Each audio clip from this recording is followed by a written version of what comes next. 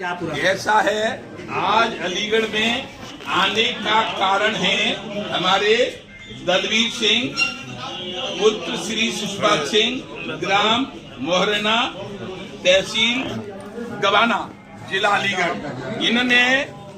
इन्होंने कर्जा लिया था। कर्जे में 8 लाख का कर्जा था, 16 लाख लिखा गया, क्योंकि वापसी देने पर जमीन वापस हो जाती है। इनकी 10 बीघा जमीन इनकी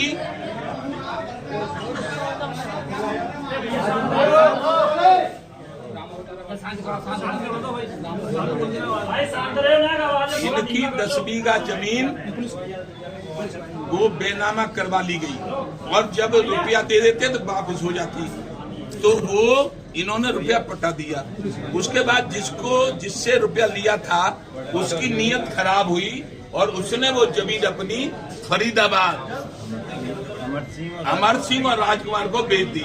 इन्होंने उस पर मुकदमा लगा दिया कि हम अपनी जमीन नहीं देंगे, क्योंकि हमने रुपया पूरा दे दिया है और हमारा वापसी था, मुकदमा अपने लिए बेनामा करवाएंगे। लेकिन वो नहीं ले पाए, तो जो यहाँ के राजा हैं, यहाँ के महाराजा हैं, यहाँ के सांसद जी हैं, उन्होंने कहा कि ये नहीं ले पाएंगे, हम लेंगे, हम सांसद हैं, हमारा पुत्र लेगा। तो अपने पुत्र रजत गौतम के नाम वो जमीन का बेनामा उस आदमी से इन्होंने करवा लिया है, और इसीलिए कि अब इस पे हम मद्दी सदी लेकर बेनामा मद्दी सदी करवा लिया, अब हम कब्जा ले लेंगे।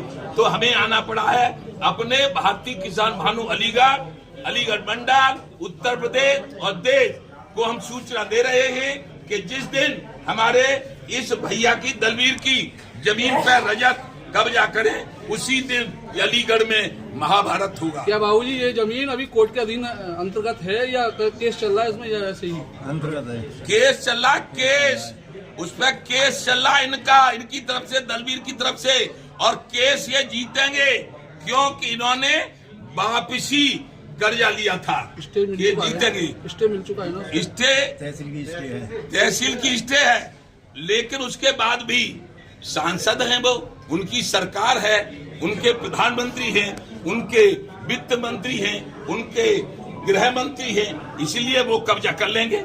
लेकिन हमारा भी, हम किसान हैं, वित्त मंत्री, गृह मंत्री, प्रधानमंत्री और मुख्यमंत्री सबको हमने बनाया है, सबको बनाते हैं। इसलिए हमारा ऐलान है कि हम ये अलीगढ़ में बेईमानी नहीं होने देंगे और दलवीर सिंह की जमीन का कब्जा रजत गौतम नहीं कर पाएंगे। और एक और बात बता भी, एक लोधा थाने पर आंदोलन किया था भी पुलिस हटाने के लिए, लेकिन वो सिपाही नहीं हटा, और एक जो गवाना थाना है उसके भी SHO बेइज्जती करते हैं।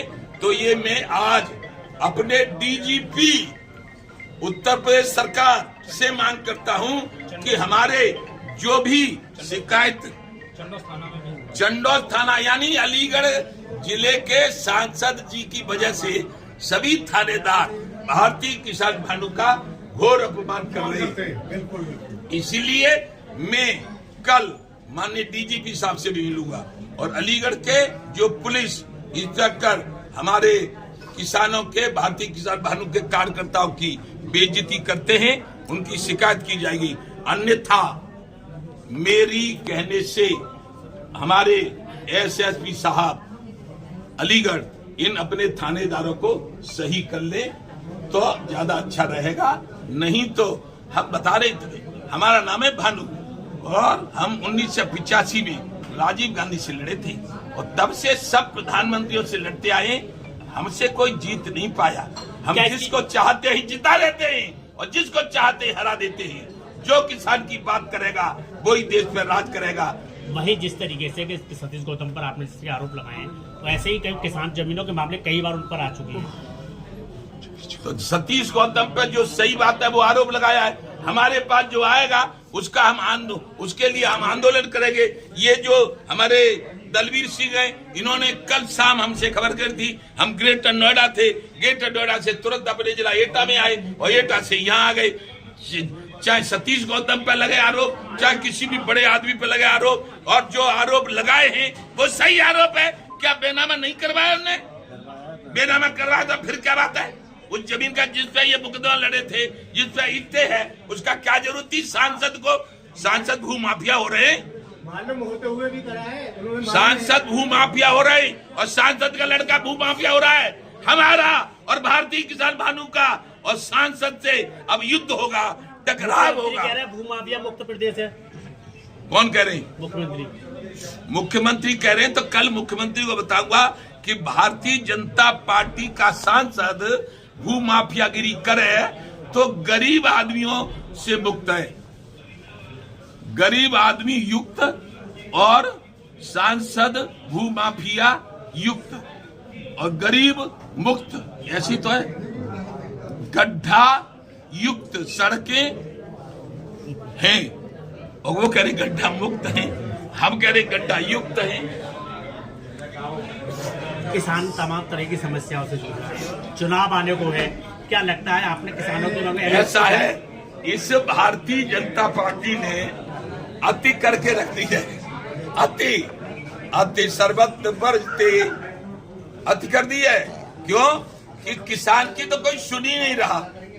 किसान आयोग का गठन नहीं हुआ, किसान आयोग का गठन नहीं हुआ, किसान के कर्जे माफ नहीं हुए।